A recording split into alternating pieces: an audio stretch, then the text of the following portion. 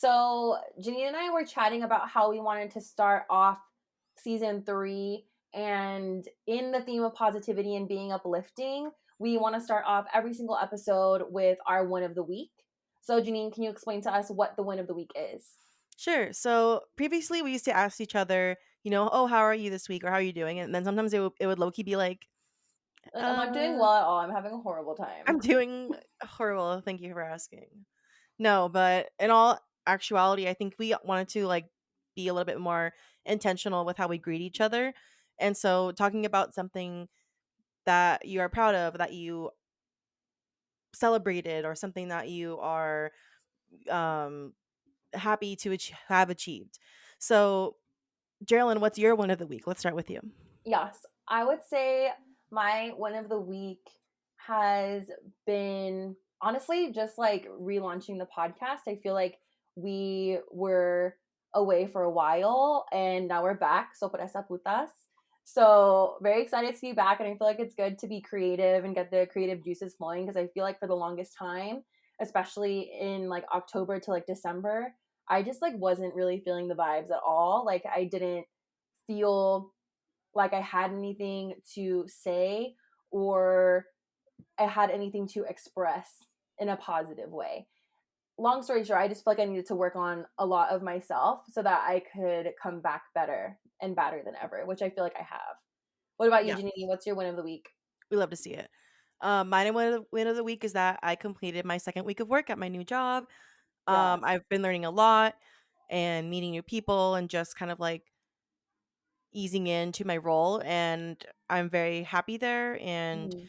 I think it's kind of a switch from how I was feeling last week, where I was kind of right fresh out of a job that was didn't fulfill me and that I wasn't happy at, to now being presented with something with change, one, and two, with a new kind of muscle that I haven't really exercised when it comes to my knowledge. But hey, never stop learning. How we are both a big proponent of education and continuing your education.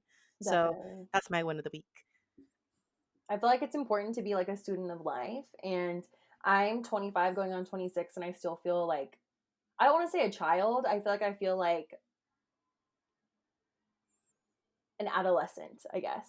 Like the period between being a teenager and being an adult. I feel like I haven't like really full-fledged identified myself as an adult. I don't know why. I just feel like being an adult is boring, and I like don't want to classify myself as boring. But I do adult things like pay taxes and like all that. Vote. Well, Vote. like Britney Spears says, I'm not a girl, not yet a woman. Definitely. All I need is time. Anyways, free Britney. Yeah. But you know what? Speaking about being 20 something, hilarious, so am I. We are only 11 months apart, and I feel like you're mid 20s, and for me, I feel like I've entered my late 20s, because I am 4 months away from turning 27, which to me is more late than mid. But Mhm. at the same time, I think I've accepted, not even accepted, because I'm literally not even old. I'm still a youth.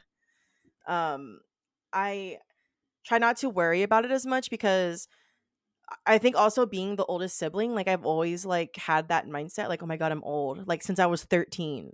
And it's if I feel like I'm old, I feel like when people think that, kind of like how you say classifying yourself as an adult, it makes you scared of what's to come, even though it's inevitable, and you don't need to feel that way. And also, it really is just a number. And if Kim Kardashian can be 40 and putting whipped cream skims, spelling skims and whipped cream on her stomach in a bikini, why can't I do that when I'm 40? It's just kind of I feel like the standard of age is changing, and it's for the better. There's still ageism, but it's gotten Yeah. a lot better, where people are aren't afraid of getting older, Yeah, and they there's don't want like to hide it.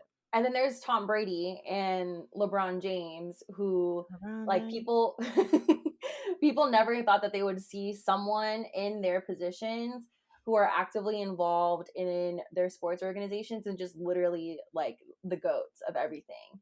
Hmm. Never one ever thought that their age number would be associated with success, and Tom Brady just brought them to the Super Bowl, and LeBron James just told courtside Karen to sit the fuck down and shut the fuck up. Like, wow, what a time to be alive.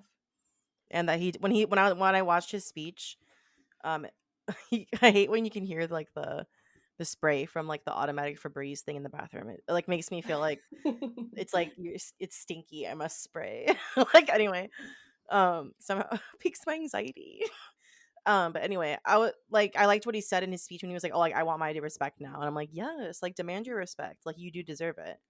But speaking about being 20 something, that kind of brings me back to an episode that we did like in one of our first or yeah, one of our first episodes where we talked about being 20 something and how that song by SZA that had, that I think that album was like freshly out, like Mhm. how that really inspired us because like SZA made that when she was my age, I think, like 26, 27.